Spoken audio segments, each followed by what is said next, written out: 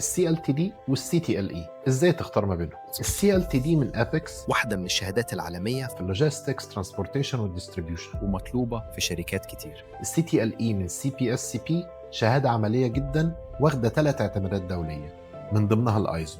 بتطلبها شركات كتير خصوصا في مجال التجارة الدولية والتخليص والشحن، وهي شهادة معروفة جدا ومطلوب عالمي. الCLTD مدتها من 6 ل 12 شهر، تاخد الكورس ومعك وقتك تعدي الامتحان الدولي. الCTLE بتخلصها في حوالي 3 شهور، وده لان ما فيهاش اي حشو نظري. الCLTD نسب النجاح في الامتحان بتبقى من 60 ل 70%. الCTLE بتوصل نسب النجاح لاكتر من 90%. الاثنين امتحاناتهم بالانجليزي، لكن الCTLE في امكانيه ترجمه الامتحان لاي لغه، ده مش موجود في الCLTD.